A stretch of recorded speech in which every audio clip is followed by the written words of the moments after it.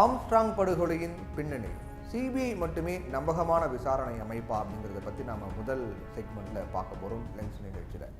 தமிழகத்தில் விஷசாராய சாவுகள் உலுக்கி கொண்டிருந்த வேளையில் திடீர்னு சென்னையில் பகுஜன் சமாஜ் கட்சியினுடைய தமிழக தலைவர் ஆம்ஸ்ட்ராங் வெட்டி படுகொலை செய்யப்பட்டிருப்பது தமிழக காவல்துறைக்கு இன்னும் ஒரு தலைவலியை ஏற்படுத்தி இருக்குன்னு சொல்லலாம்.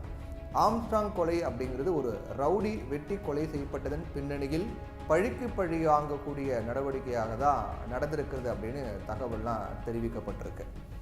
சென்னை விவேகானந்தர் இல்லம் எனப்படக்கூடிய ஐஸ் ஹவுஸ் பகுதியில் கடந்த சில மாதங்களுக்கு முன்பு பரோட்டா கடையில் அமர்ந்திருந்த நபர் ஒருவர் பயங்கரமான ஆயுதங்களால் வெட்டி கொலை செய்யப்பட்டார். கொலையானவர் புளியந்தோப்பை சேர்ந்த மாதவன் அப்படிங்கிறதும் அவர் மீது பல காவல் நிலையங்களில் கொலை உள்ளிட்ட பல வழக்குகள் இருப்பதும் தெரிய வந்திருக்கு. இந்த கொலையின் பின்னணியிலையும் ஒரு கொலை இருந்திருக்கிறது. மாதவன் கொலைக்கு முன்னதாக ஒரு கொலை வழக்கு தொடர்பாக எழும்பூர் நீதிமன்றத்தில் ஆஜராகிட்டு ஆற்காடு சுரேஷ் அப்படிங்கிற ரவுடி அவரை நண்பரான மாதவனுடன் பட்டினப்பாக்கம் கடற்கரை பகுதிக்கு உணவருந்த வந்திருக்காரு. அப்போது ஆற்காடு சுரேஷை சூழ்ந்த மர்ம கும்பல் அவரை கொடூரமாக வெட்டி கொண்டாங்க. இதை தடுக்க முயன்ற போது மாதவனுக்கும் அரிவாள் விட்டு விழுந்துச்சு. ஆற்காடு சுரேஷ் கொலை வழக்கில் அதிமுக பிரமுகரான ஜோகன் கென்னடி உள்ளிட்ட சில பேர் கைது செய்யப்பட்டாங்க. அதில் 8 பேர் மீது குண்டர் சட்டம் பாய்ந்ததும் குறிப்பிடத்தக்கது. தொடர்ந்து காயமடைந்த மாதவன் பரோட்டா கடைக்கு சாப்பிட வந்த போது தான் கொலை செய்யப்பட்டார். ஆற்காடு சுரேஷ் கொலைக்கு மாதவன் சாட்சியாக இருந்தார் அப்படிங்கிறது குறிப்பிடத்தக்கது. ஆற்காடு சுரேஷின் கொலையும் ஆம்ஸ்ட்ராங்கின் கொலையும் ஒரே மாதிரியாக இருந்திருக்கிறது. ஆயுதம் இல்லாமல் சாதாரணமாக பேசிக் கொண்டிருந்த ஆம்ஸ்ட்ராங்கை மர்ம கும்பல் சூழ்ந்து கொண்டு சரமாரியாக வெட்டியிருக்காங்க. இதே போலதான் சாப்பிட்டு சென்ற ஆற்காடு சுரேஷும் மர்ம கும்பல் சுற்றி வளைத்து வெட்டி படுகொலை செய்யப்பட்டார். இது மட்டும் இல்லாமல் உடல் முழுவதும் 30க்கும் மேற்பட்ட வெட்டு காயங்கள் ஏற்பட்டு இருக்கிறது. இந்த கொலை தொடர்பாக 8 பேர் சரணடைஞ்சிருக்காங்க. அவங்க ஆற்காடு சுரேஷ் கொலைக்கு பழிக்கு பழியாகவே ஆம்ஸ்ட்ராங்கை கொன்னோம் அப்படின்னு வாக்குமூலம் கொடுத்துருக்காங்க அப்படின்னு காவல்துறை தரப்பில் தெரிவிக்கப்படுது. இந்த விவகாரத்தில் சென்னையை சேர்ந்த மோசடி கோல்ட் நிறுவன விவகாரம் மோதலை உருவாக்கி இருப்பதாகவும் தகவல்லாம் தெரிவிக்கப்படுது.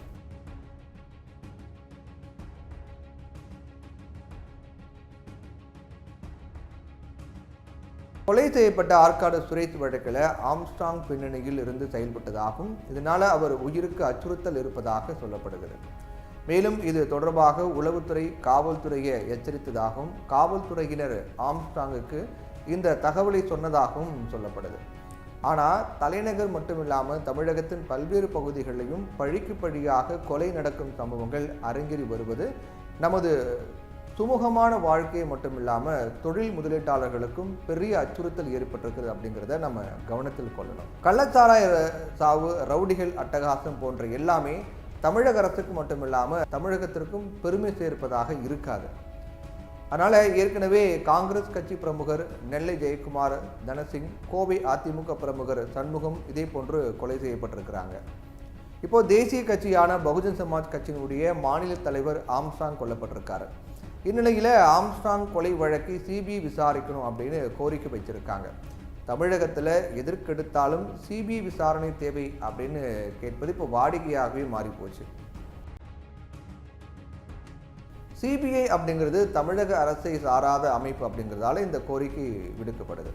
ஆனால் எந்த அமைப்பாக இருந்தாலும் ஏதாவது ஒரு அரசின் கட்டுப்பாட்டில் தான் இயங்க முடியும் அப்படிங்கிறது தான் உண்மை. தமிழ்நாட்டில் சிபிஐ விசாரணை நடத்தி அப்படி எந்த வழக்கில் பெருசாக சாதித்திருக்காங்க அப்படின்னு தெரியல. இந்த கோரிக்கை வைப்பவர்களுக்கும் அதை பற்றி தெரியாது. சிபிஐ அப்படின்னு சொல்கிறது ஒரு மிரட்டலாக நினைக்கிறார்கள் என்று தான் கருத வேண்டியிருக்கு.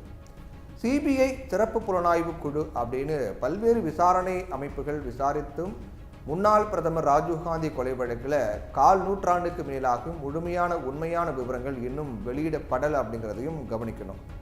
மத்திய பணியாளர் மற்றும் பயிற்சித்துறை 2022-23 ஆண்டு அளித்த ஆண்டறிக்கையின்படி 943 பதிவு செய்யப்பட்ட வழக்குகள், 83 பூர்வாங்க விசாரணைகள் அப்படின்னு மொத்தம் 1025 வழக்குகள் நிலுவையில் இருக்கு. பதிவு செய்யப்பட்ட 943 வழக்குகளில் 447 வழக்குகள் ஓராண்டுக்கு மேலாக நிலுவையில் இருக்கு. இதே போல 82 பூர்வாங்க விசாரணைகளில் 60 விசாரணைகள் 3 மாதங்களுக்கு மேலாக நிலுவையில் இருக்கு. இது மட்டும் இல்லாமல் லோக்பால் பரிந்துரைத்த 23 விசாரணைகளும் நிலுவையில் இருக்கு. இதில் 27 வழக்குகள் 20 ஆண்டுகளுக்கு மேலாக நிலுவையில் இருக்கு அப்படிங்கிறது இந்த ஆண்டறிக்கை. இந்நிலையில தான் சிபிஐ அப்படின்னு சில பேர் குரல் கொடுத்து வராங்க. சிபிஐயில் பணியாளர் நெருக்கடி இருப்பதாகவும் அந்த ஆண்டறிக்கையில் தெரிவிக்கப்பட்டிருப்பதையும் நம்ம கவனிக்கணும். 2022 டிசம்பர் 31 வரை சிபிஐயின் மொத்த அனுமதிக்கப்பட்ட பணியாளர் எண்ணிக்கை 7295. இதில் 1695 பணியிடங்கள் இப்போ காலியாக இருக்கு சிபிஐயிலேயே. இந்த காலி பணியிடங்களில் ஒரு சிறப்பு அல்லது கூடுதல் இயக்குனர், 2 இணை இயக்குநர்கள், 11 டிஐஜிக்கள், 9 எஸ்எஸ்பிக்கள், ஒரு கூடுதல் எஸ்பி, 65 டிஎஸ்பிகள், 360 இன்ஸ்பெக்டர்கள், 24 சப் இன்ஸ்பெக்டர்கள், 51 உதவி சப் இன்ஸ்பெக்டர்கள், 123 தலைமை காவலர்கள், 281 காவலர்கள் மற்றும் 367 தொழில்நுட்ப அதிகாரிகள் பணியிடங்களும் அடங்கும் அப்படின்னு அந்த ஆய்வறிக்கையில் குறிப்பிடப்பட்டிருக்கு. இந்த நிலையில் சிபிஐ தலையில் மேலும் மேலும் சுமைகளை ஏற்றினால் தீர்வு அப்படிங்கிற ஒன்று சீக்கிரமாகவே கிடைக்க வாய்ப்பே கிடையாது. இவ்வளோ வேக்கன்சி சிபிஐயில் இருக்குது. சிபிஐ தள்ளாடிட்டு இருக்காங்க. சிபிஐ கண்டுபிடிக்காத பல வழக்குகள் இருக்குது. சிபிஐயிலே ஆயிரக்கணக்கான ஆள் பற்றாக்குறை இருக்குது. இது எல்லாம் வச்சுக்கிட்டு ஏதாவது ஒன்றுனா உடனே சிபிஐ வேணும் அப்படின்னு சொல்கிறது சிபிஐயே கடுப்பாவாங்க போல. மாநில அரசு போலீஸாராலேயே விசாரிக்கவே இயலாத வழக்கு அப்படிங்கிற பட்சத்தில், மாநிலங்களுக்கு இடையே நடைபெற்ற குற்றம் அப்படிங்கிற பட்சத்தில் சிபிஐ விசாரணையை சொல்கிறது அது கேட்குறது வழக்கமானது தான். ஆனால் கொலை, கொள்ளை, திருட்டு, பாலியல் வழக்குகள் எல்லாம் சிபிஐ விசாரிக்கணும் அப்படின்னா இனி சிபிஐ ஒரு போட்டி காவல்துறையாக தான் காட்சியளிக்கும். அதே நேரத்தில் காவல்துறையினரும் சுதந்திரமாக செயல்பட மாநில அரசும் அனுமதிக்கணும். அப்போதான் தமிழக காவல்துறையினர் மீது மக்களுக்கும் அரசியல் கட்சிகளுக்கும் நம்பிக்கை ஏற்படும். காவல்துறையை ஆளும் கட்சியினர் விருப்பத்திற்கேற்ப வளைத்து நெளித்து வைத்தால் எதிர்க்கட்சிகள் ஆளுநரையும் சிபிஐயும் நம்பிதான் இருக்க வேண்டும் அப்படிங்கிற நிலை உருவாக்கப்பட்டால் அது மாநில சுயாட்சி கோரிக்கை என்பதே ஆபத்தானதோ அப்படிங்கிற ஒரு தோற்றத்தை தான் உருவாக்கும். இது எல்லா அரசியல் கட்சிகளும் புரிஞ்சுக்கணும்.